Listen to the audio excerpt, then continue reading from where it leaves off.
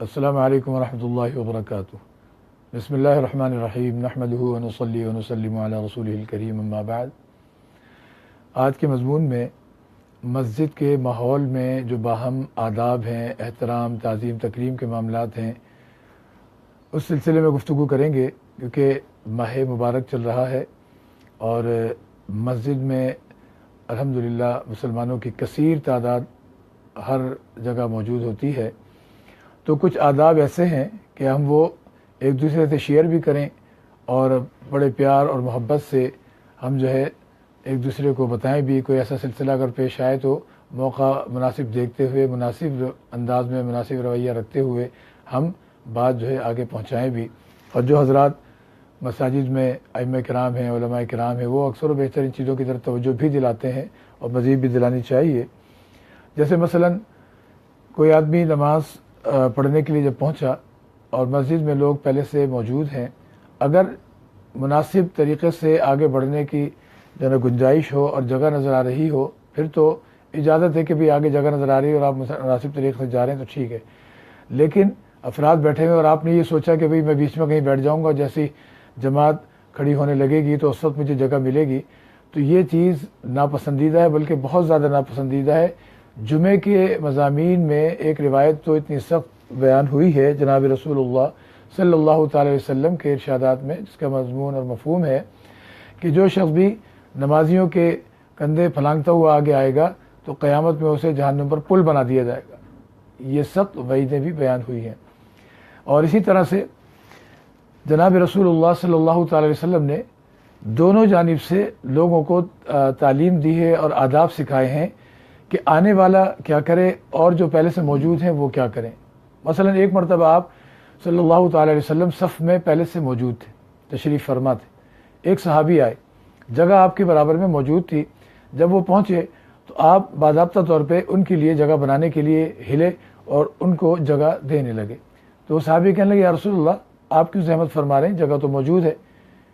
آپ زحمت نہ فرمائیں، جگہ پہلے سے موجود ہے۔ جناب رسول اللہ صلی اللہ تعالی علیہ وسلم نے فرمایا کہ میں بھی دیکھ رہا تھا کہ جگہ موجود ہے، لیکن یہ آنے والے کا حق ہے اور ایک احترام اور ادب ہے کہ وہ آیا ہے تو ہم اس کو یہ ظاہر کر رہے ہیں کہ بھئی اس کا ہم نے تعظیم کی، تکریم کی اور اس کے لیے جگہ بنا رہے ہیں، تو اس سے دلوں میں جگہ پیدا ہوتی ہے، ایک دوسرے کے لیے اس طرح سے تھوڑا سا ہل جانا، سرک جانا، جگہ ہوتے ہوئے بھی اس سے ایک دوسرے کی محبت دلوں میں اللہ تعالیٰ پیدا فرما دیتے ہیں۔ تو بیٹھے ہوئے جو موجود ہیں پہلے سے ان کے لیے یہ حکم ہے۔ اور اسی طریقے سے جو لوگ بعد میں آ رہے ہیں وہ یہ خیال رکھیں کہ بھئی آپ کسی کے درمیان میں داخل ہو کے ایسے تو نہیں کہ ان میں جب داخل ہوں گے آپ درمیان میں تو جگہ تنگ ہو جائے گی، کیونکہ صف بندی کرنی ہے یا صفوں میں موجود ہیں تو اس انداز سے صف بناتے رہیں، بلکہ جب پہلے سے آئیں تو ان کے لیے بھی طریقہ یہ کہ اس انداز سے بیٹھیں کہ جگہ ان کی جتنی ضرورت ہے اتنی ان کے پاس جگہ رہے، دائیں بائیں جگہ جو ہے وہ اتنی زیادہ نہ گھیریں کہ دوسرا پیچھے آنے والا جو ہے اس کو جگہ نہ ملے، بلکہ مناسب طریقے سے بیٹھ جائیں کہ کوئی آگے جو مزید بعد میں آ رہے ہیں انہیں بھی جگہ ملتی رہے۔ تو اب آدمی پھیل کے بیٹھ گیا، تین چار آدمی کی جگہ گھیرے ہوئے، یہ بھی مناسب نہیں ہے، اس کا بھی خیال رکھنا بڑا ضروری ہے۔ اسی طرح جس وقت صف بننے لگتی ہے، صف بندی ہو رہی ہوتی ہے، ایک مسئلہ تو یہ یاد رکھیں کہ صف بندی کے وقت اگر کوئی شخص کسی صف میں نماز پڑھ رہا ہے اور نمازی حضرات جماعت کے لیے صف بنا رہے ہیں تو شرعاً اس میں آگے سے گزرنے میں بھی صف بندی کے لیے کوئی حرج نہیں ہے۔ اگلی صف بن رہی ہے، پیچھے کوئی نماز پڑھ رہا ہے، سنت ادا کر رہا ہے یا کوئی نوافل ادا کر رہا ہے، تو ایسی صف میں شرعاً کوئی قباحت نہیں کہ آدمی آگے سے سیدھا گزر جائے۔ اب اکثر ایسا ہوتا ہے کہ آدمی ناوقفیت میں یا تو کھڑا رہے گا انتظار میں کہ بھی سلام پھیرے، یا پیچھے سے گھوم کے آ رہے ہوں گے یا پیچھے والے آ رہے ہوں گے، اس میں کوئی حرج نہیں ہے، بغیر کسی تکلف کے سامنے صف بندی کرنے میں، آگے سے گزرنے میں کوئی حرج نہیں، یہ یاد رکھا جائے۔ بات گزرنے کی آئی ہے تو یہ یاد رکھیں کہ چونکہ آج کل مجمع بھی کثیر ہیں اور بعض جگہ مساجد میں ماشاءاللہ آج کل تو ویسے عام دنوں میں بھی مجمع ہوتے ہیں زیادہ، تو اس کے لیے صف میں آگے سے گزرنے کے کیا مسائل ہیں، چند ایک موٹے مسائل جو ذہن میں رہیں گے تو بہت کام آئیں گے۔ جیسے آپ نماز پڑھ رہے تھے اور آپ کے پیچھے بھی نماز ہو رہی ہے، آپ نماز سے فارغ ہو گئے اور آپ کو جانا ہے، پیچھے والا آپ کا جو ہے وہ نماز ادا کر رہا ہے، اب آپ چاہے دائیں طرف سے ہو کے نکل جائیں چاہے بائیں طرف سے نکل جائیں، یہ چیز آپ کے لیے بغیر کسی کراہت کے جائز ہے۔ وہ جو حدیث مبارک میں منع آیا ہے وہ آیا ہے مرور کہلاتا ہے، آگے سے گزرنا، کہ آدمی دائیں طرف سے آ رہا ہے اور کوئی نماز پڑھ رہا ہے تو وہ آگے سے گزرتا چلا گیا، یا بائیں طرف سے آ رہا ہے اور وہ آگے سے گزرتا چلا گیا، یہ مرور منع ہے۔ لیکن آپ سامنے ہیں بالکل تو دائیں یا بائیں سے ایسے نکلتے چلے جائیں، کوئی حرج نہیں ہے۔ یا صفحے پیچھے بنی ہوئی کافی افراد ہوئے اور آپ بیچ سے ان کو چیرتے ہوئے نکل جائیں، اس میں بھی شرعاً کوئی قباحت نہیں ہے۔ تو اس کا بھی ذہن میں خیال رہے کہ اس طرح سے کیا جا سکتا ہے۔ اور اسی طرح یہ بھی یاد رہے کہ جب نماز کا سلام پھرتا ہے، سلام پھرنے کے بعد آدمی بعض دفعہ بڑی ہڑبونگ میں ہوتا ہے، عجلت بازی میں ہوتا ہے، جلد بازی میں ہوتا ہے اور فوراً نیت باندھ لیتا ہے۔ سلام پھرنے کے بعد اولاً تو کچھ دعائیں پڑھ لینی چاہیے، اللہم انت السلام وغیرہ جو دعائیں ہیں، ربنا آتنا فی الدنیا حسنہ، جو احادیث میں آئی بھی ہیں کہ جناب رسول اللہ صلی اللہ تعالی علیہ وسلم نماز کے بعد ایک تو استغفر اللہ استغفر اللہ استغفر اللہ 3 بار پڑھتے، اسی طرح سے اللہ اکبر آپ پڑھتے، تو یہ کر لیا جائے۔ اس کے بعد اللہم انت السلام وغیرہ پڑھ لی جائے، اور جہاں دعائیں ہوتی ہیں اجتماعی طور پہ ائمہ کرام دعائیں کراتے ہیں تو وہ دعا پوری ہو جائے، مختصر سی ہوتی ہے چند لمحوں کی، وہ دعا کرنے کے بعد پھر اطمینان سے اٹھیں، اور اٹھنے کے بعد بھگدڑ نہ مچائیں۔ دوسروں کو اگر کوئی نماز پڑھ رہا ہے، کوئی سلسلہ ہو رہا تو نکلنے والوں کو چاہیے کہ بھگدڑ مچا کے دوسروں کو ڈسٹرب نہ کریں، متاثر نہ کریں، پریشانی میں نہ ڈالیں، اذیت میں نہ ڈالیں۔ اور جو لوگ نیت باندھنے والے ہیں تو ان کو بھی یہ چاہیے کہ تھوڑا سا ٹھہر جائیں، کہ لوگ اپنی جگہ بدل رہے ہیں یا نکل رہے ہیں، وہ بآسانی بسہولت نکل جائیں۔ آپ نیت باندھ کے کھڑے ہو گئے، لوگ بیچارے پریشان ہو رہے ہیں، مجمع بھی زیادہ ہے، تو ایسی صورتحال میں یہ آداب کے خلاف ہے۔ بسا اوقات اس کی وجہ سے اللہ تعالیٰ کے حبیب ناپسندیدگی کی وجہ سے ناراضگی کا معاملہ ہو جاتا ہے۔ تو نیت باندھنے والوں کو بھی خیال رکھنا ضروری ہے، اور جو نکل رہے ہیں ان کو بھی اس بات کا خیال رکھنا ضروری ہے۔ جناب نبی کریم صلی اللہ تعالی وسلم نے نماز کی نیت باندھنے اور نماز پڑھنے کے لیے فرمایا، کبھی بھی ایسی جگہ نیت نہ باندھو جہاں سے لوگوں کا گزر ہو رہا ہو یا لوگوں کو گزرنے میں تکلیف ہو رہی ہو، ایسی جگہ پہ نیت ہی نہ باندھو۔ تو نیت باندھنے سے پہلے یہ چیز بھی، ان باتوں کا بھی خیال رکھنا بے انتہا ضروری ہے۔ اسی طرح اس بات کا بھی خیال رکھنا چاہیے کہ جیسے وضو کیا انسان نے، مسجد میں عموماً ایسا ہوتا ہے، مساجد میں وضو کر کے آئے، ہاتھ گیلے ہیں، اب ہاتھ گیلے ہیں تو صرف منہ سے سلام کر لیں، اور سردیوں میں تو خاص طور پہ خیال رکھا جائے۔ تو ایک پوسٹ بھی نظر سے گزری تھی گزشتہ سردیوں میں، کہ اس میں لکھا تھا کہ بھائی جو گیلے ہاتھ ہیں جن کے، وہ مصافحہ کرنے سے گریز فرمائیں۔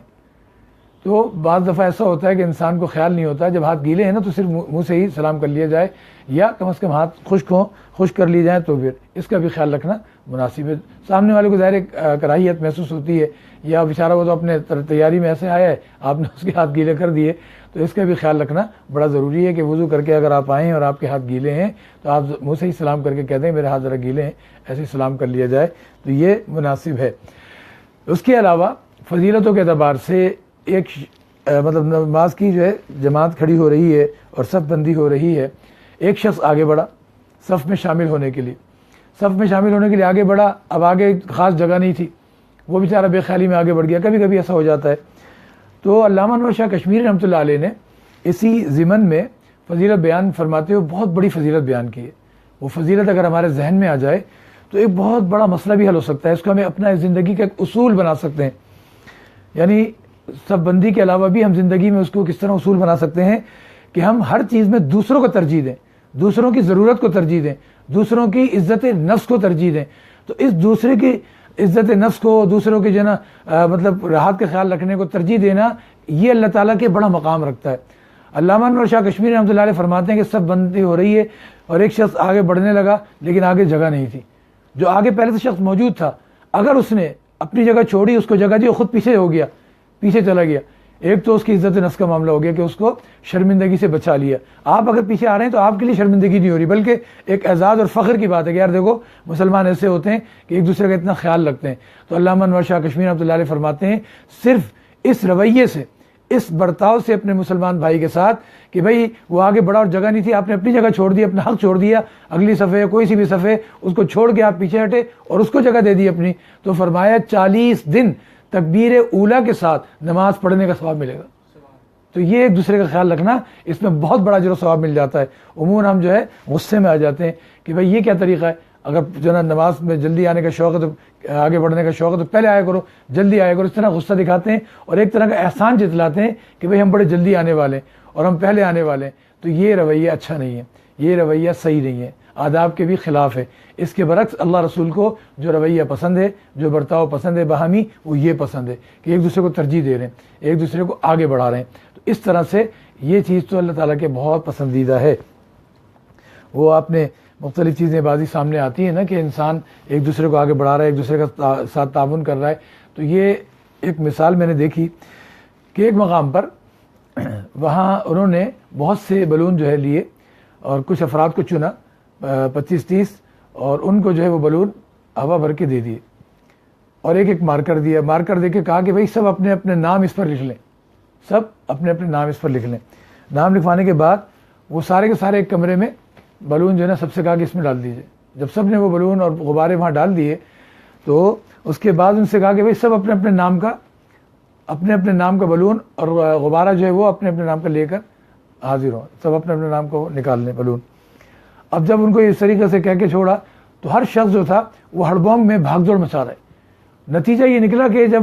وہ جو چند سیکنڈ دیے تھے اپنا بلون چننے کے لیے, نکالنے کے لیے نام کا, وہ رہا ہی نہیں اور جناب اس طریقے سے سب کے جو ہے بلون پھٹ گئے. ایک آدھ فرد کے علاوہ کسی کو بھی وہ بلون نہیں مل پایا. آخر میں جو بچ رہے تھے وہ بھی پھٹ گئے, کسی کو بھی اپنے نام کا بلون نہیں ملا. انہوں نے دوبارہ پھر سب کو جو ہے نا وہ بلون دیے اور دینے کے بعد پھر نام لکھوایا. نام لکھوانے کے بعد کہا کہ اب پھر دوبارہ آپ کو چننا ہے, لیکن اب یہ شرط آپ کے ساتھ نہیں ہے کہ آپ جو ہے اپنے نام کا ڈھونڈیں, بلکہ جس شخص کو جس نام کا بھی ملے وہ اس کے حوالے کر دے.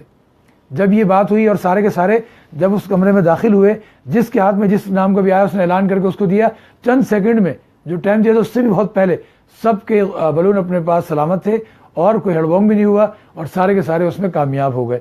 تو پتہ یہ چلا کہ دوسروں کے ساتھ جو ہے اگر ہمارا برتاؤ اور رویہ خیر خواہی کا ہو جائے, دوسروں کو آگے بڑھانے کا ہو جائے, دوسروں کے ساتھ جو ہے ہمارے معاملات اپنے ذات پر ترجیح دینے کے ہو جائیں, تو ہر چیز میں کامیابی ہوگی. ہر چیز میں ہم دوسروں کو آگے بڑھا کر خود کامیابی حاصل کر لیں گے. اپنی کامیابی اور اپنی جیت کے لیے دوسروں کو ہرانا یہ ضروری نہیں ہے, دوسروں کو شکست دینا یہ ضروری نہیں ہے. اپنی کامیابی اور اپنی جیت کے لیے انسان دوسروں کو ترجیح اگر دیتا رہے گا تو اللہ تعالیٰ کی مدد ساتھ میں ہوگی. تو اس طرح کی چیزوں میں یہ خیال رکھنے کی ضرورت ہے. اسی طرح سے یہ بات بھی بڑی اہمیت کی حامل ہے کہ جو بچے ہیں, بچوں کو ایک تو لباس پوشاک مائیں جو ہیں وہ گھروں سے صحیح پہنا کے بھیجیں, مساجد میں اگر بھیج رہی ہیں ایک بات. دوسرے نمبر پر ہے کہ سمجھدار بچے ہوں, اتنے نہ سمجھ نہ ہوں کہ بس جناب وہ آئیں تو مسجد میں بھاگ دوڑ ہو رہی ہے, کھیل کود ہو رہا ہے, نماز یوں کہ جو ہے نماز بھی خراب ہو رہی ہے. ایسے بچوں کو نہ بھیجا جائے, بلکہ انہیں گھر میں ہی اپنے ساتھ مسلح بچھا کے ان کو آداب اور تعلیمات دی جائیں, نماز سکھلائی جائے. یہ اچھا ہے. ہاں جو سمجھدار بچے ہیں ان کو کپڑے وغیرہ صحیح طریقے سے پہنا کے بھیجے جائیں. ایسے نیکر وغیرہ نہ ہوں کہ جس میں گھٹنے کھلے ہوئے, اگرچہ بچے ہیں وہ, لیکن پورے جو ہے لباس ہوں, گھٹنے وٹنے سب چھپے ہوئے ہوں, اور پورے ان کو شروع سے ہی بات سکھائیں کہ بھائی آداب جو ہے نا یہ ہیں, نماز پڑھنے کے آداب یہ ہیں, اور اس طریقے سے لباس ایسا. تو یہ پورا اہتمام ہم خود سکھائیں گے اپنے بچوں کو. تو اس طرح سے سکھلا کے پھر بھیجیں. اور بہتر یہ ہے کہ جو بڑے آ رہے ہیں وہ اپنے بچوں کو ساتھ لا کر ایسے مقام پہ کھڑے ہو جائیں کہ صفوں کے کنارے پر یا پچھلی صفوں میں, کہ وہاں بچے آپ کے ساتھ سیکھتے بھی رہیں اور ان کو ایک ماحول بھی ملتا رہے, مسجد سے ایک تعلق بن جائے. ان چیزوں کا بھی خیال رکھنا ضروری ہے. شروع کی صفوں میں تو بالکل بھی نہ لگائیں. بلکہ ایک بڑے کام کی بات میں آپ کو بتاؤں اور جو بہت کام آئے گی, علامہ شامی رحمۃ اللہ علیہ فتاوی شامی میں ایک بڑی زبردست قاعدہ اور ضابطہ بیان کرتے ہیں جو عام نہیں ہے, مشہور بھی نہیں ہے, لوگوں کی جو نظر سے زیادہ گزرا ہوا نہیں ہے اور سماعت سے زیادہ گزرا ہوا نہیں ہے. وہ یہ ہے,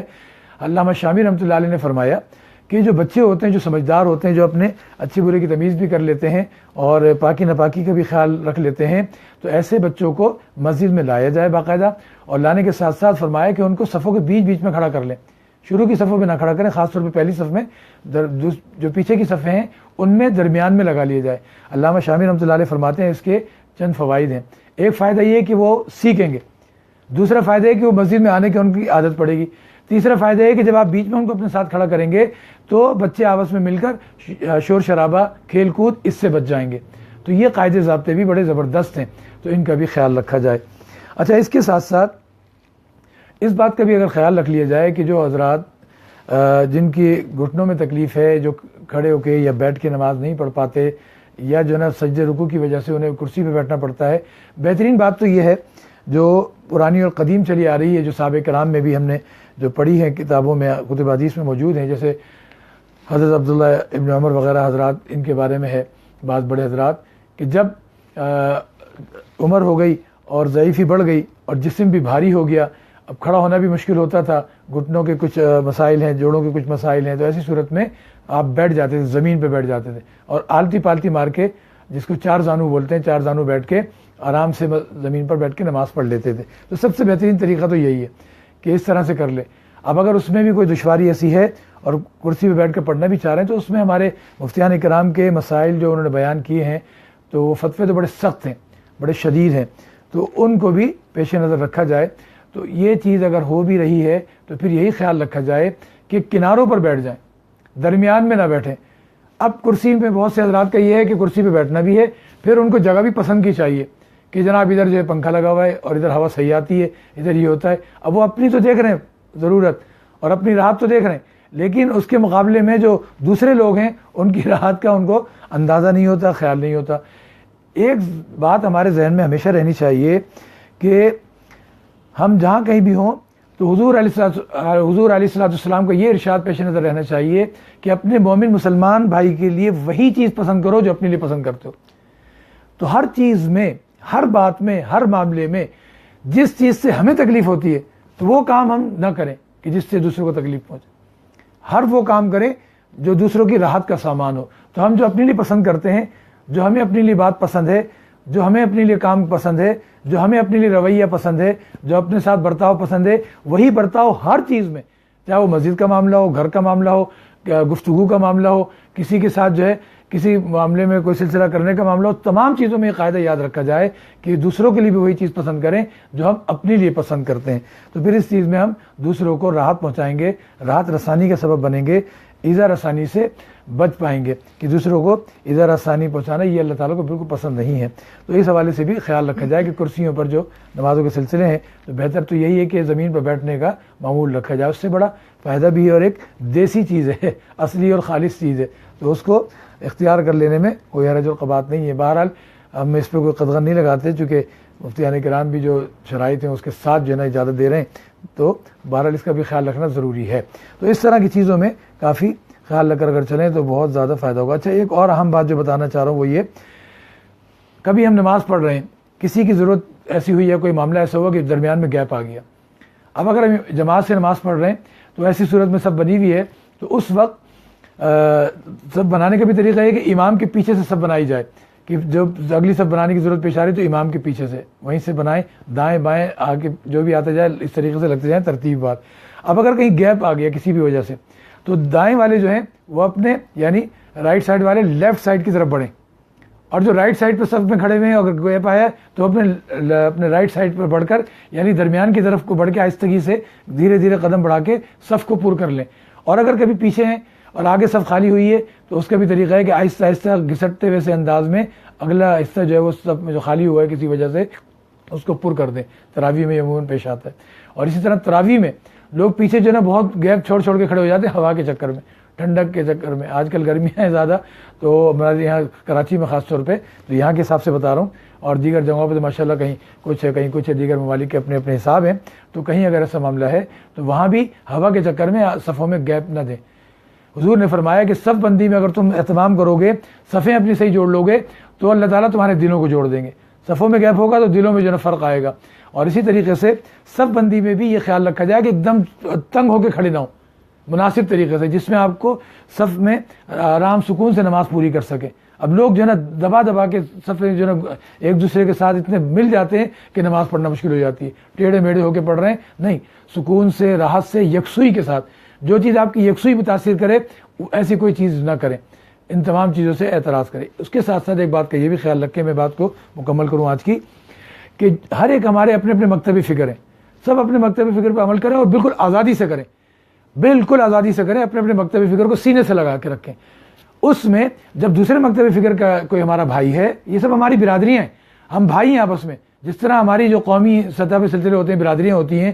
زبانوں کے اعتبار سے، قوم کے اعتبار سے، تو یہ بھی برادریاں ہیں، تو سب مسلمان ہیں، تو ایک دوسرے کی برادری کا خیال رکھیں، بلکہ بہت زیادہ خیال رکھیں۔ اپنی برادری ہو تو چلو کوئی بات نہیں، لیکن جب دوسری برادری ہو، دوسرے مکتبی فکر ہے تو اس کا ہمیں بہت زیادہ خیال رکھنا ہے، بہت اخلاق سے، بہت پیار سے اور اگر ہم یہ سمجھتے ہیں کہ ہماری جو چیز ہم نے سمجھی اچھی ہے تو پھر ہمیں تو بہت زیادہ پیار دینا چاہیے دوسروں کو، بہت زیادہ اعلیٰ اخلاق اور عالی اخلاق کا مظاہرہ کرنا چاہیے. تو وہاں پر بھی ایسی چیزوں میں ہم دوسروں کا بھی خیال رکھتے ہوئے، اگر سب بندی ہے تو اس میں بھی دوسروں کے مکتب فکر کا بھی خیال رکھیں. ٹھیک ہے، ہر ایک کو اپنا اپنا وہ ہے تو خیال رکھیں، لیکن اخلاق کو نہ جانے دیں ہاتھ سے. تو انشاءاللہ ہمیں ہر چیز میں فائدہ ہوگا، ہر چیز میں ہمارے معاملات جب اچھے ہوں گے تو اللہ تعالیٰ کی طرف سے بھی ہمیں بہت کچھ جو ہے عطا کیا جائے گا. اللہ تعالیٰ ہمیں صحیح معنی میں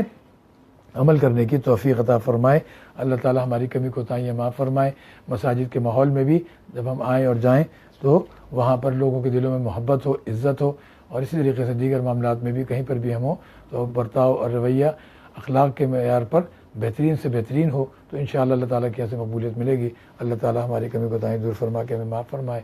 اور ماہ مبارک کے تمام فضائل و برکات سے مالا مال فرمائے. اللہ تعالیٰ ہمارے درسقرآن.com کو بھی دن دگنی رات چگنی ترقیاں عطا فرمائے. جتنے بھی اکابرین ماشاءاللہ سال بھر اس میں مسلسل رہتے ہیں اور ابھی رمضان میں اللہ تعالیٰ ان سب کے فیض و برکات کو بھی اور دیگر اکابرین امت کے بھی فیض و برکات کو ہم تک بھی پہنچائے، سارے عالم تک پہنچائے اور سب کو عمل کی توفیق عطا فرمائے. وما علینا الا البلاغ وآخر دعوانا الحمد للہ رب العالمین. والسلام علیکم ورحمۃ اللہ وبرکاتہ.